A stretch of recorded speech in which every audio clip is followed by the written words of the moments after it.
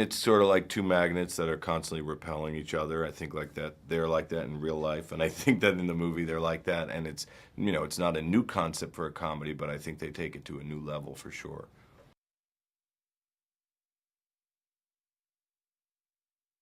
Well, it's I think it's always really important that when you're doing a comedy that the comic actors come from a very different place comedically, and they definitely do. They couldn't be further apart, quite honestly, comedically. And Downey has a very dry, sarcastic, kind of not mean-spirited, but rough wit, and Zach is just sunshine in a way, and just wants everyone to love him, and certainly in the movie, I mean, and that kind of two things together, I thought made it really interesting.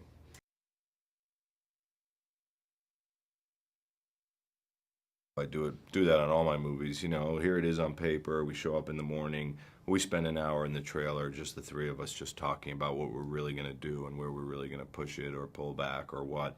And it's constantly, the script is a living, breathing organism, and we're constantly shifting it and shaping it to fit what we're doing.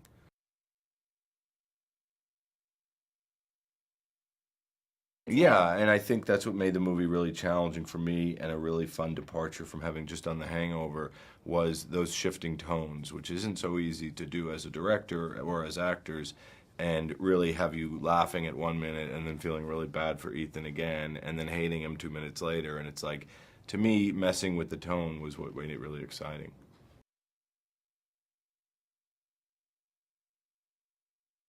She's so sweet, and getting Juliette Lewis, Danny McBride, Jamie Foxx. We have a lot of people showing up in this movie, not for a huge amount of screen time since it's really about these two guys, but they come in and they just kill those parts.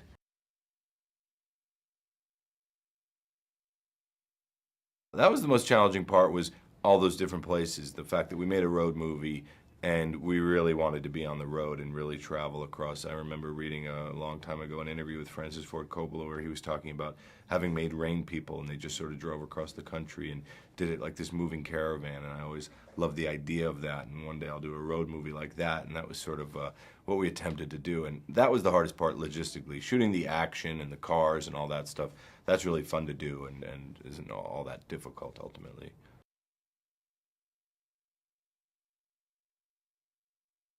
I never really did go out. I grew up in New York. We didn't even have a car until about 5 years ago. I had my first car, so I'm not a big driver. But yeah, it's more to me what it represents. It represents putting your actors and your characters out there without a safety net.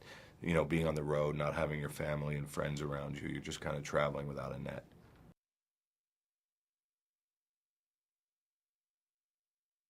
I love it. I love just loyalty, the same people, same crew. I've had the same crew for 7 movies, 10 years now. It's just the way, we all know what to expect, how we operate.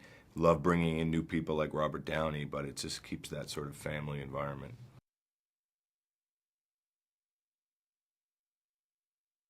I mean, for me, my favorite scene was the scene in the Grand Canyon because it's one of those scenes that's really funny, really sad, funny again, angry.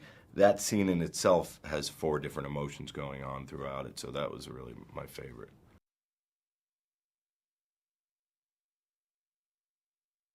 I love him so much. I just saw somebody was emailing me, forwarded me an email from the American Kennel Society putting out a warning that don't see due date and suddenly fall in love with a dog and adopt a dog, meaning like think before you adopt. I thought that was really an interesting thing because he's on the poster and he's featured so much in the movie, and suddenly people are like, I gotta have that dog. And it is true. I mean, I'm a huge animal lover, and I always put animals in my movies because I just love their faces.